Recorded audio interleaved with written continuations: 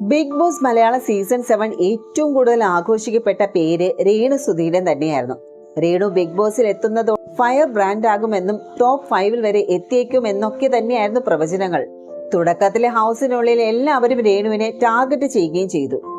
ആദ്യത്തെ ദിവസങ്ങളിൽ അനീഷും രേണുവും അക്ബറും തമ്മിലുള്ള തർക്കങ്ങൾ വളരെ പെട്ടെന്ന് ചർച്ചയാവുകയും ചെയ്തിരുന്നു. എന്നാൽ ബിഗ് ബോസ് 3-ാം ആഴ്ചയിലേക്ക് കടന്നപ്പോൾ രേണു എവിടെ എന്നുള്ള ചോദ്യമാണ് ഹൗസ് മേറ്റ്സും ആരാധകരും ഒരുപോലെ ഉയർത്തുന്നത്.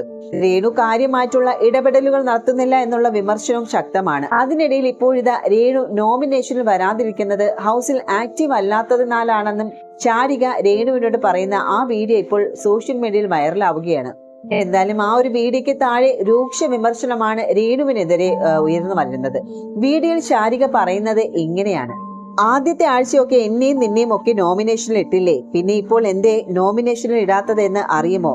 ഒന്ന്, നിനക്ക് ആരെയും പേടിയില്ല. രണ്ടാമത്, ആവശ്യമില്ലാത്തിടത്ത് സംസാരിക്കാൻ പോകുന്നുമില്ല. ഒന്നിനും പോകുന്നില്ല, അപ്പോൾ ഒരു ടോക്ക് വരുന്നില്ല.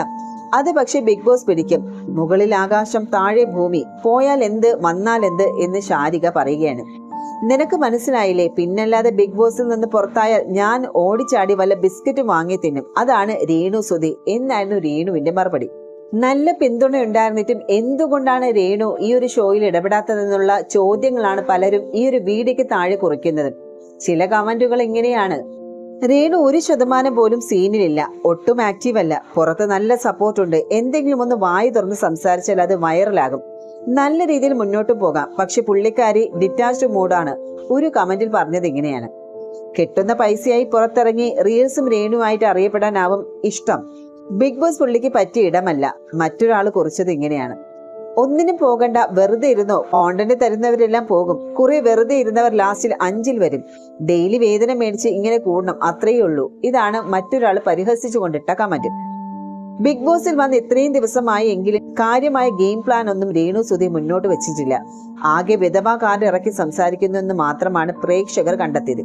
ഇന്നലെ അനുമോളും രേണുവും സംസാരിച്ചു കൊണ്ടിരിക്കുകയാണ്.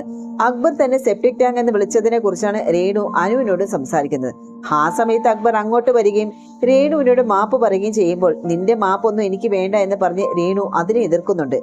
എന്നിട്ട് ഞങ്ങൾ വിധവകൾ എന്ന് പറഞ്ഞു തുടങ്ങുമ്പോൾ തന്നെ അനുമോൾ എന്തിനാ വെറുതെ സ്ത്രീകളെയും വിധവകളെയും ഇതിലേക്ക് വലിച്ചിരുന്നതെന്ന് ചോദിച്ച് സംസാരം അവിടെ അവസാനിപ്പിച്ചു. അപ്പൊ ഇതാണിപ്പോ രേണുവിന്റെ ബിഗ് ബോസ് ഹൗസിലുള്ള അവസ്ഥ എന്ന് പറയുന്നത്. നല്ലൊരു ഗെയിമറായിട്ട് കളിക്കാനും മുതിരുന്നില്ല. ഇതേ മിണ്ടാതിരിക്കുക. കാരണം ഇപ്പൊ തന്നെ ആളുകൾ ചോദിക്കുന്നുണ്ട് രേണു സുധി എന്ന വ്യക്തി BB ഹൗസിൽ ഉണ്ടോ എന്നുള്ള തരത്തിലാണ് ചോദ്യങ്ങൾ വരെ ഉയരുന്നത്.